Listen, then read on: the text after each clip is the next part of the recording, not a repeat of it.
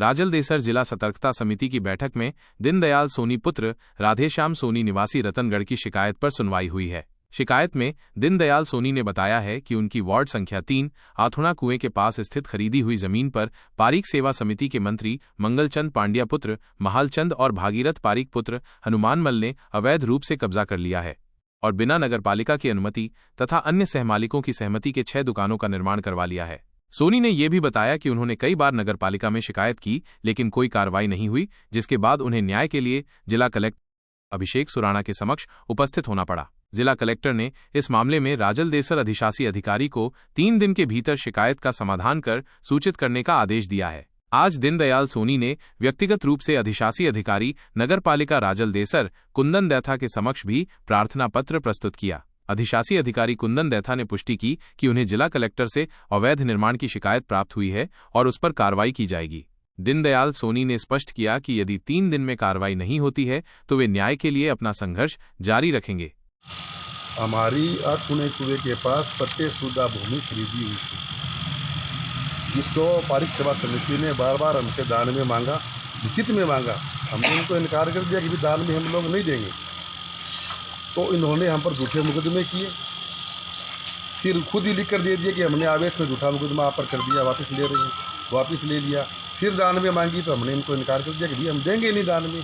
तो इन्होंने हमारी ज़मीन के ऊपर ज़बरदस्ती दुकानों का निर्माण करने की कोशिश की।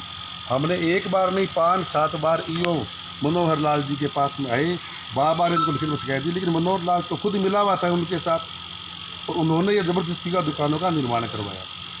तब हम लोग जो कलेक्टर साहब के पास गए, इसलिए गए कि इस राजलदेसर कस्बे में एक व्यक्ति ने आवास की स्वीकृति लेकर मकान बनवाया था, जिसको उसने वाणिज्यिक दुकान वगैरह बना दी। तो राजलदेसर ईओ साहब ने उस मकान को, उस दुकानों को सीज कर दिया। तब हम वहाँ गए थे कलेक्टर साहब छोटी सी बात पर जब आप सीज कर सकते हो तो हमारी तो बहुत बड़ी बात है, इसको भी आप सीज करवाओ। तो अतिरिक्त जिला कलेक्टर महोदया ने जो निर्देश दिया है वो हम लेकर के इनके पास आए हैं कि 3 दिन का आपको समय दिया गया है, जो उचित कार्रवाई बनती है वो आप करें। तो आज नगरपालिका आए हैं, हमने इनको दे दिया है, रिसीट हमने प्राप्त कर ली है। अब देखते हैं ईओ साहब क्या कुछ कार्रवाई 3 दिन के अंदर नहीं होती तो आपका आगामी क्या कदम होगा, क्या कार्रवाई? हम तो कानूनी कदम उठाएंगे, फिर चाहे ईओ साहब और चाहे कोई हो।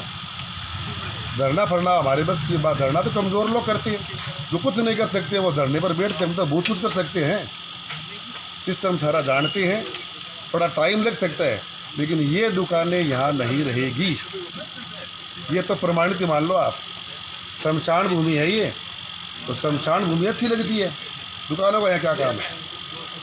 हम अगर बनाएंगे तो हमारे हिस्से में सिस्टम से है कि बनाएंगे तो रेहन बसेरा बनाएंगे, ठीक है ना।